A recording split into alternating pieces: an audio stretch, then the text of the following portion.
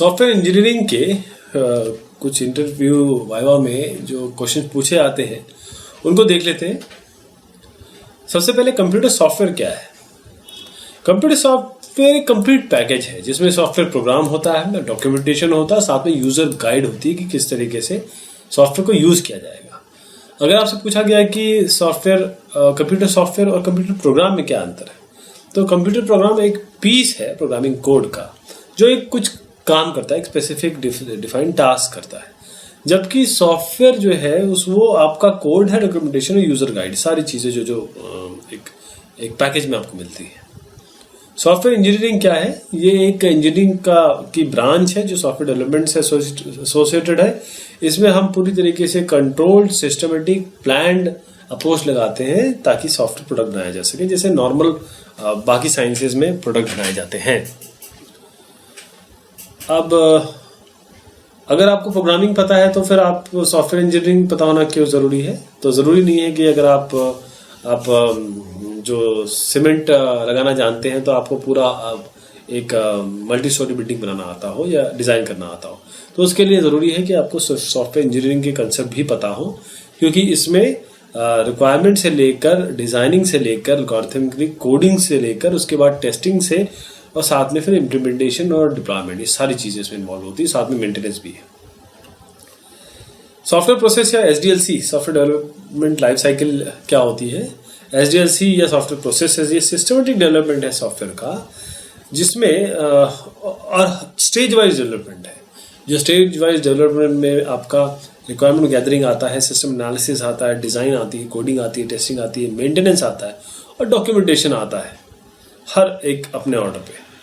और SDLC models कौन कौन से हैं? हमारे पास वाटरफॉल, इटरेटिव है, और प्रोटोटाइप मॉडल है, स्पाइरल है, वी मॉडल है, बिग बैंग मॉडल है, ऐसे काफ़ी सारे मॉडल प्रपोज किए गए हैं। कौन कौन से फेजेस होते हैं अभी भी मैंने बताया। फेजेस में रिक्वायरमेंट गैदरिंग से शुरू होता है, फिर सिस्टम एनालिसिस है, डिज़ाइन है, कोडिंग है, टेस्टिंग है, इम्प्लीमेंटेशन है, और इस पूरी तरीके से डिपेंड करता है कि आप कौन सा सॉफ्टवेयर डेवलप कर रहे हैं। इसीलिए ये सवाल अगला इसीलिए आया है कि कौन सा मॉडल बेस्ट है।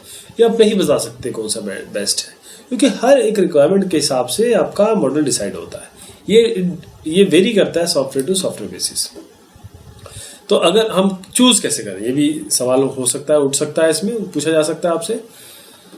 तो अगर जो टेक्नोलॉजी जिसमें इम्प्लीमेंट करना है, क्या एसडीएलसी जो आपने चूज किया उसके लिए सूटेबल है? क्या एसडीएलसी अप्रोप्रिएट है क्लाइंट की रिक्वायरमेंट और प्रायोरिटीज को पूरी करने के लिए? क्या एसडीएलसी सूटेबल है साइज और कॉम्प्लेक्सिटी को देख के? क्या एसडीएलसी मॉडल जो आपने चूज किया गया है वो सूटेबल है इन टाइप के प्रोजेक्ट्स और इंजीनियरिंग के जो आप बनाने वाले हो? और क्या एसडीएलसी अप्रोप्रिएट है जोग्राफिकली कोलोकेटेड या डिस्पोज डेवलपर्स के लिए? तब चूज होगा कि डेवलपमेंट कैसा होना चाहिए और कौन सा मॉडल लेना चाहिए आपको। सॉफ्टवेयर प्रोजेक्ट मैनेजमेंट क्या है कि ये एक तरीके से प्रोसेस है मैनेज करने का सारे एक्टिविटीज जो प्रोजेक्ट में चल रहे होते हैं, लेकिन इस तरीके से मैनेजमेंट करना है कि टाइम, कॉस्ट और क्वालिटी मैनेजमेंट, ये सारी की सारी चीज़ आपको मैनेज करनी है। तो सॉफ्टवेयर प्रोजेक्ट मैनेजर का काम क्या है? उसकी रिस्पॉन्सिबिलिटी इन सब चीज़ को मैनेज करें। प्रोजेक्ट एस्टिमेशन क्या है? प्रोजेक्ट एस्टिमेशन ये है कि आप एस्टिमेट करें डिफरेंट जो सॉफ्टवेयर प्रोडक्ट के एस्पेक्ट्स हैं, और उसको एस्टिमेट कैसे करेंगे? आप कैलकुलेट करेंगे, कैलकुलेट करेंगे कॉस्ट, क्या कॉस्ट करेंगे, कॉस्ट ऑफ डेवलपमेंट किन टर्म्स में आपको एफर्ट कंप्यूट करना है, टाइम करना है, रिसोर्सेज करना है।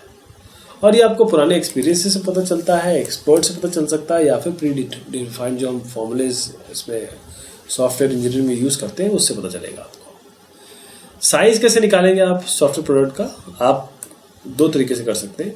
या तो आप फंक्शन पॉइंट कर सकते हैं या डिलीवर कोड, जिसे हम KDSI कहते हैं, किलो डिलीवर्ड जो लाइंस है वो एक हो सकती है KDSI, और KLOC जिसे बोलते थे। और जो फंक्शन पॉइंट्स हैं, अभी फंक्शन पॉइंट्स का भी क्वेश्चन आएगा। सॉफ्टवेयर प्रोजेक्ट मैनेजर क्या करते हैं? सॉफ्टवेयर प्रोजेक्ट मैनेजर पूरी मैनेजमेंट एक्टिविटीज़ में इन्वॉल्व होते हैं। Project planning, project monitoring, stake holder से बात करना, रिस्क को मैनेज करना, रिसोर्सेज को, और स्मूथ एग्जीक्यूशन डेवलपमेंट का, और डिलीवर करना प्रोजेक्ट को किसी विद इन टाइम और कॉस्ट और क्वालिटी कॉन्स्टेंट्स। सॉफ्टवेयर का स्कोप क्या है? सॉफ्टवेयर का स्कोप है एक well defined boundary. Software scope is a well defined boundary जो इनकम्पस करता है कि सारी एक्टिविटीज जो सॉफ्टवेयर को डेवलप और डिलीवर करने में काम आएगी, या जो चीजें जो एक्टिविटीज की जाएंगी, ये well defined boundary. Well defined मैं क्यों कह रहा हूँ समझिएगा। सॉफ्टवेयर स्कोप क्लियरली बताता है कि क्या फंक्शनलिटीज होंगी, क्या आर्टिफैक्ट्स होंगे जो सॉफ्टवेयर डिलीवर किया जाता है। ये बताते हैं कि क्या प्रोडक्ट दिया जाएगा और क्या नहीं दिया जाएगा, क्या प्रोडक्ट में होगा और क्या प्रोडक्ट में नहीं होगा। ये बहुत ज़रूरी बात मैंने कह दी है। प्रोजेक्ट स्कोप कहीं अगर आपसे मैं जो एग्जांपल देता हूँ हमेशा, आप खेत की बात कर रहे हैं, कोई बोलता है आपने खलिहान क्यों नहीं बनाया, तो वो स्कोप के बाहर है, तो स्कोप डिफाइन करना पड़ेगा आपको। अब फंक्शन पॉइंट्स क्या है, बहुत इंपॉर्टेंट क्वेश्चन है। फंक्शन पॉइंट्स बहुत सारे फीचर्स हैं जो सॉफ्टवेयर प्रोडक्ट प्रोवाइड करता है। तो सॉफ्टवेयर के एट्रीब्यूट कह सकते हैं या फीचर्स कह सकते हैं आप। और इस ये एक तरीके से जैसे वेट कर किलोग्राम को आप वेट को किलोग्राम में करते हैं ना, वैसे सॉफ्टवेयर का मेजरमेंट है ये, सॉफ्टवेयर साइज का मैनेजमेंट है। कौन कौन से प्रोजेक्ट एस्टिमेशन टेक्निक है आपके पास? जो हैं वो मैंने यहाँ बताए हैं। डिकम्पोजिशन टेक्निक है, काउंटिंग लाइन ऑफ कोड्स है, फंक्शन पॉइंट्स है, एम्पिरिकल टेक्निक भी है जैसे पुटनाम और कोकोमो। बेसलाइन क्या होता है? बेसलाइन ये होता है कि अगर कोई पर्टिकुलर फेज खत्म होता है तो हम उसे बेसलाइन कहते हैं, क्योंकि वो बेसलाइन क्या है, अगले जो फेज है उसके लिए वो बेस का काम करेगी, इसे हम बेसलाइन कहते हैं। तो एक काम खत्म होता है, दूसरा काम शुरू होता है, उसके बीच में जो लाइन है उसे बेसलाइन कहते हैं। सॉफ्टवेयर कॉन्फ़िगरेशन मैनेजमेंट क्या होता है? जो भी चेंजेस होंगे उनको ट्रैक करना और उनको कंट्रोल करना। जो भी चेंजेस, चाहे रिक्वायरमेंट में हो, डिजाइन में हो, फंक्शंस में हो, डेवलपमेंट में हो, कहीं भी चेंज हो रहे हैं उनको ट्रैक करना और कंट्रोल करना, ये सॉफ्टवेयर कॉन्फ़िगरेशन मैनेजमेंट का काम है।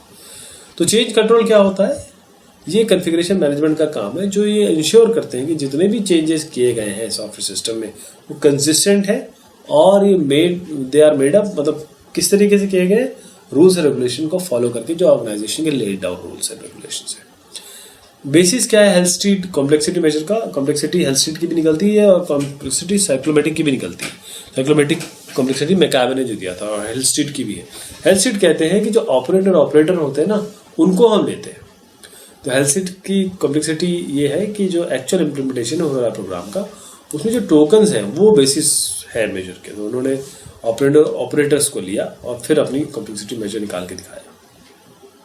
साइक्लोमेट्रिक कॉम्प्लेक्सिटी कैसे निकालेंगे? E-n+2 H-2 और ये H-n+2 किसका है? इसमें क्या होता है कि जो प्रोग्राम होता है ना, उसका जो स्ट्रक्चर होता है, उसमें उसका एक बेसिस एक ग्राफ बनाते हैं बेसिस पाथ का। जो बेसिस पाथ या कंट्रोल स्ट्रक्चर ग्राफ कहते हैं उसको। और उसके बाद उसमें जो जितने भी एजेस बनेंगे, जितने भी नोड बनेंगे, E-n+2 कर देंगे, वो साइक्लोमेट्रिक कॉम्प्लेक्सिटी हो जाएगी। फंक्शनल प्रोग्रामिंग क्या होती है? फंक्शनल प्रोग्रामिंग एक प्रोग्रामिंग टाइप है जिसमें मैथमेटिकल फंक्शन यूज़ करते हैं हम, और ये कंप्यूटेशन और मैथमेटिकल फंक्शन जो हमको जो मिलता है वो रिस्पेक्टिव होता है प्रोग्राम के स्टेट से। वेरिफिकेशन वैलिडेशन क्या होता है? वैलिडेशन ये चेक करता है कि यूज़र रिक्वायरमेंट के हिसाब से आपने काम किया है कि नहीं किया है। वेरिफिकेशन ये चेक करता है कि हर स्टेप पे आपने ठीक काम किया है कि नहीं किया है। और वैलिडेशन जो होता है ये कंफर्म करता है कि बिल्कुल राइट प्रोडक्ट है, और वेरिफिकेशन कंफर्म करता है कि जो प्रोडक्ट बनाया गया है वो सही तरीके से बनाया गया, राइट वे में बनाया गया है। वाइट बॉक्स और ब्लैक बॉक्स टेस्टिंग क्या होती है? ब्लैक बॉक्स टेस्टिंग जो होता है ऐसी टेस्टिंग होती है जिसमें यूज़र इनपुट देते हैं, मतलब इनपुट डिज़ायर आउटपुट के लिए की जाती है, ताकि और उसके अंदर हम इनवैलिड इनपुट दिए जाते हैं। इसमें it does not verify the actual implementation of the program. ये कोई वेरीफाई नहीं करता एक्चुअल इम्प्लीमेंटेशन को। जबकि वाइट बॉक्स टेस्टिंग क्या होता है? ये चेक करती है, जो it not only checks the desired and valid output when valid input is provided, but also it checks if the code is implemented correctly। मतलब केवल ये वैलिडेट नहीं करती इनपुट और आउटपुट को, बल्कि कोड कैसे लिखा हुआ है इसको भी ये चेक करती है। अब मैं इसको समझाता हूँ। क्या ब्लैक बॉक्स टेस्टिंग और व्हाइट बॉक्स टेस्टिंग में नॉलेज होना चाहिए सॉफ्टवेयर का? ये डिजाइन स्ट्रक्चर एसेंशियल है, व्हाइट बॉक्स में होना चाहिए, ब्लैक बॉक्स में नहीं। क्या सॉफ्टवेयर इंप्लीमेंटेशन का नॉलेज होना चाहिए? व्हाइट बॉक्स में होना चाहिए बिल्कुल, ब्लैक बॉक्स में नहीं। कौन कर सकता है black box? Software testing employ. White box कौन टेस्ट कर सकते हैं? जिसको सॉफ्टवेयर के बारे में पता हो, प्रोग्रामिंग के बारे में पता हो, सॉफ्टवेयर डेवलपर करता है। बेसलाइन कौन सी होती है ब्लैक बॉक्स के लिए? Simple requirement specification. White box testing के लिए पूरा डिजाइन और स्ट्रक्चर। क्वालिटी एश्योरेंस और क्वालिटी कंट्रोल क्या होता है? क्वालिटी एश्योरेंस मतलब ये एश्योर करना, ये चेक करना हर एक जगह की प्रोसेस ठीक से फॉलो हो रहे हैं कि नहीं हो रहे। और क्वालिटी कंट्रोल का मतलब ये होता है कि मेंटेन करना क्वालिटी सॉफ्टवेयर प्रोडक्ट में। What are various types of software maintenance? Corrective है, अडैप्टिव है, परफेक्टिव और प्रिवेंटिव है। और करेक्टिव में ये है कि कुछ एरर आ गया तो उसको ठीक करिए। अडैप्टिव में मतलब कि कोई चेंज हो रहा है हार्डवेयर सॉफ्टवेयर एनवायरनमेंट में, उसको कर लीजिए। और इस तरीके से प्रिवेंटिव है आपका। प्रिवेंटिव क्या करता है? प्रिवेंटिव मेंटेनेंस आने से पहले ही, प्रॉब्लम को आने से पहले ही रोकने की कोशिश करता है। इसी तरीके से परफेक्टिव आपका मेंटेनेंस होता है कि डिलीवरी के बाद सॉफ्टवेयर को और अच्छा बनाने के लिए, मेंटेनेबल बनाने के लिए, या फिर उसकी परफॉर्मेंस बढ़ाने के लिए जो हम मेंटेनेंस करते हैं उसे परफेक्टिव मेंटेनेंस कहते हैं। चेंज कंट्रोल क्या होता है? चेंज कंट्रोल कॉन्फ़िगरेशन मैनेजमेंट का काम है। जो भी चेंज हो रहे हो वो कंसिस्टेंट हो और ऑर्गेनाइजेशन रूल और रेगुलेशन के हिसाब से हो रहे हो, वो हम चेंज कंट्रोल की संज्ञा देते हैं उसको। प्रोजेक्ट एग्जीक्यूशन को कैसे मेजर कर सकते हैं? यहाँ उसके लिए आप एक्टिविटी मॉनिटरिंग कर सकते हैं, स्टेटस रिपोर्ट है, माइलस्टोन चेकलिस्ट है। प्रोजेक्ट मैनेजमेंट टूल्स बताइए कुछ, तो उसके लिए आप बताएंगे कि वो प्रोजेक्ट मैनेजमेंट टूल्स जो हम यूज़ करते हैं ये कर सकते हैं। उसमें गैंट चार्ट है, पर्ट चार्ट है, CPM है जिसे रिसोर्स हिस्टोग्राम है, क्रिटिकल पाथ एनालिसिस है, स्टेटस रिपोर्ट है और माइलस्टोन चेकलिस्ट है। सॉफ्टवेयर रिक्वायरमेंट क्या होते हैं? सॉफ्टवेयर रिक्वायरमेंट वो फंक्शन डिस्क्रिप्शन है जो प्रपोज है सॉफ्टवेयर सिस्टम के लिए। और जो रिक्वायरमेंट्स है वो अज्यूम किए जा रहे हैं कि डिस्क्रिप्शन है टारगेट सिस्टम का, उसकी फंक्शनैलिटी का, उसका फीचर का। रिक्वायरमेंट कन्वे करते हैं कि एक्सपेक्टेशन क्या है यूजर की आपसे या सिस्टम से। फिजिबिलिटी स्टडी क्या है? फिजिबिलिटी स्टडी के लिए देखा जाता है कि कितना प्रैक्टिकल है, कितना बेनिफिशियल है, क्या पॉसिबल है भी कि नहीं है उसमें। तो उसके लिए इकोनॉमिक, टेक्निकल और ऑपरेशनल चीज़ें देखी जाती हैं कि टेक्नोमिकल वायबल है कि नहीं, टेक्निकली फिजिबल है कि नहीं, ऑपरेशनली पॉसिबल है कि नहीं। इन्फॉर्मेशन कैसे गैदर करेंगे? उसके लिए आप इंटरव्यू ले सकते हैं, सर्वे कर सकते हैं, टास्क एनालिसिस, ब्रेनस्टॉर्मिंग कर सकते हैं, डोमेन एनालिसिस कर सकते हैं, प्रोटोटाइपिंग कर सकते हैं, यानी कि प्रोटोटाइप बना के दिखा सकते हैं। जो यूजेबल वर्जन है सॉफ्टवेयर के अभी के उसको स्टडी कर सकते हैं, या फिर ऑब्जर्वेशन। ये आपकी रिक्वायरमेंट गैदरिंग का तरीका है। अब शब्द आया SRS, ये बड़ा शब्द है। रिक्वायरमेंट, सॉफ्टवेयर रिक्वायरमेंट्स अलग है, SRS अलग है, क्योंकि SRS डॉक्यूमेंट है। तो SRS स्पेसिफिकेशन एक डॉक्यूमेंट है जो प्रोड्यूस किया बनता है रिक्वायरमेंट गैदरिंग के समय में। ये एक तरीके से आप समझ सकते हैं कि एक प्रोसेस है जिसमें रिक्वायरमेंट को रिफाइन किया जाता है और उसे डॉक्यूमेंट किया जाता है। फंक्शन रिक्वायरमेंट क्या होते हैं? फंक्शन रिक्वायरमेंट्स वो रिक्वायरमेंट होते हैं जो आपके यूज़र एक्सपेक्ट करते हैं और आपके सॉफ्टवेयर रिक्वायरमेंट में दिए होते हैं। नॉन फंक्शनल वो है जो सॉफ्टवेयर रिक्वायरमेंट में भी होते हैं, SRS में भी होते हैं, लेकिन इम्प्लिसिट है। अगर कोई कहेगा कि मुझे सुंदर सॉफ्टवेयर बना के दीजिए, तो वो गलत तो नहीं कह रहा है, वो तो नॉन फंक्शनल है। वो कह रहा है मुझे अच्छा परफॉर्मेंस चाहिए। अब खराब परफॉर्मेंस वाला तो दे नहीं सकते उसको। Interoperability, cost, user interface, security, look and feel, ये सारी चीज़ें नॉन फंक्शनल रिक्वायरमेंट में आती है। सॉफ्टवेयर मेजर क्या है? सॉफ्टवेयर मेजर एक तरीके से एक प्रोसेस है क्वांटिफाई करने का। जो एट्रीब्यूट्स हैं, एस्पेक्ट है सॉफ्टवेयर को, उसको क्वांटिफाई करने का। सॉफ्टवेयर मेट्रिक क्या है? सॉफ्टवेयर मेट्रिक एक मेजर है डिफरेंट एस्पेक्ट और जो एट्रीब्यूट्स हैं प्रोसेसेस के।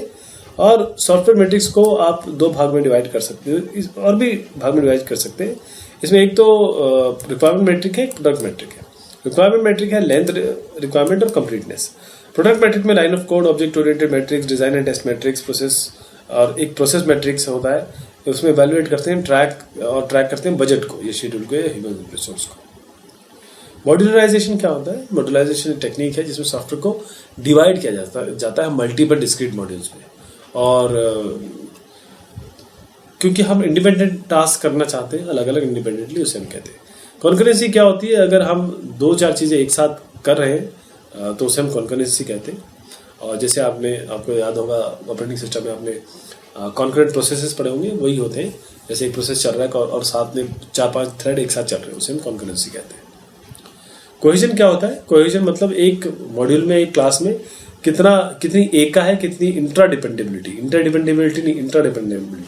यानी सिंगल माइंडेडनेस कितनी है एक क्लास की, उसे हम कोहेजन कहते हैं। कोहेजन बहुत बहुत ज़्यादा होना चाहिए। कपलिंग मतलब जो फंक्शन है या फिर क्लासेस हैं उनके आपस में इंटरडिपेंडेबिलिटी कितनी है, मतलब आपस में कितना रिलेटेड है, तो कपलिंग कम से कम होनी चाहिए। Mention some software analysis design tool. Software analysis और डिज़ाइन के लिए क्या क्या टूल हो सकते हैं?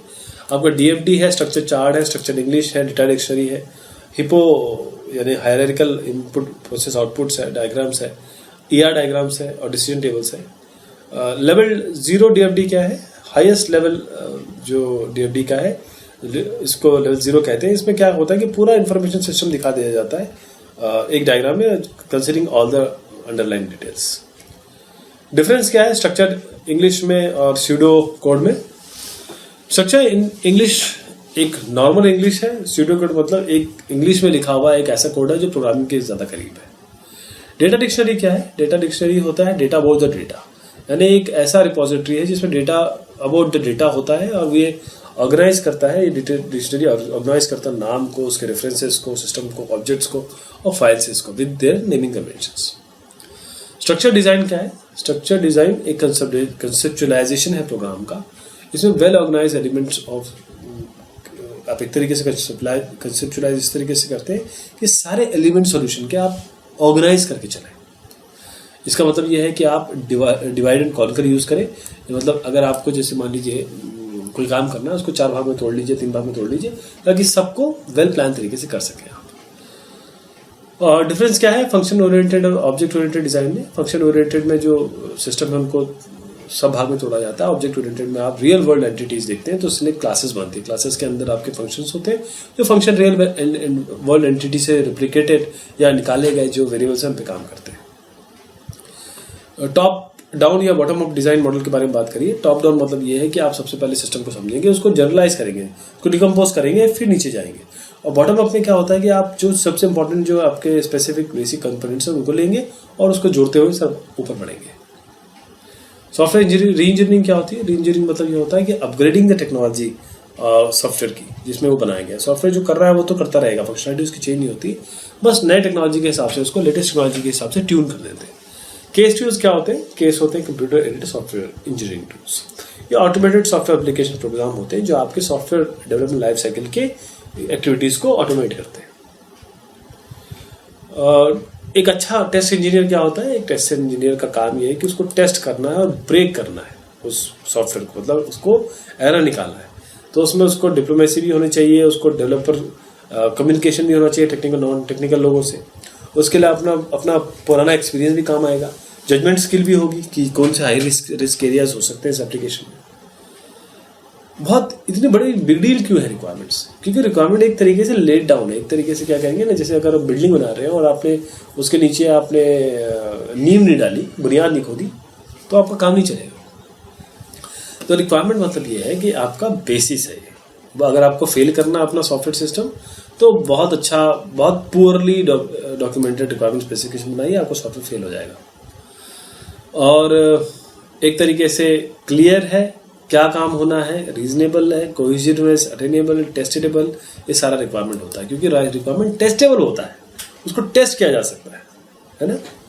और दूसरा है कि दोनों पार्टी एंगेज हो रही है एक डिस्कशन में, और फिर एक तरीके से एक लीगल बेसिस भी हो जाता है उसमें, ठीक है।